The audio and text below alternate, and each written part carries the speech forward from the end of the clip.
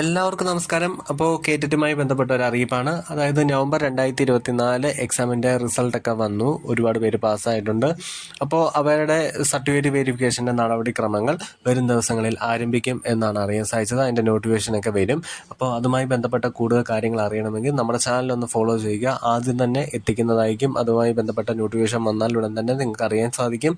അതുപോലെ നമ്മുടെ മെയ് മാസത്തെ എക്സാമിൻ്റെ അടുത്ത ഘട്ടം എന്ന് പറയുന്നത് ഹാൾ ടിക്കറ്റാണ്. ഹാൾ ടിക്കറ്റ് 25, അതായത് മെയ് 20-ാം തീയതി സൈറ്റിൽ ലഭ്യമാവും.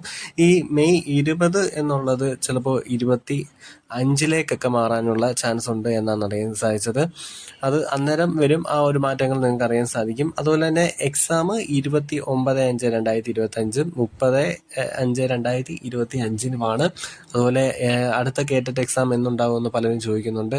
അതായത് മെയ് മാസത്തെ അല്ല, ഈ ഒരു എല്ലാവർക്കും കോമൺ ആയിട്ട് എഴുതാൻ പറ്റുന്ന എക്സാം എന്നായിരിക്കും എന്നതിനെ പറ്റി ചോദിക്കുന്നുണ്ട്. അത് ഓണത്തിന് ശേഷമായിരിക്കും അതിൻ്റെ പുതിയ നോട്ടിഫിക്കേഷൻ വരിക.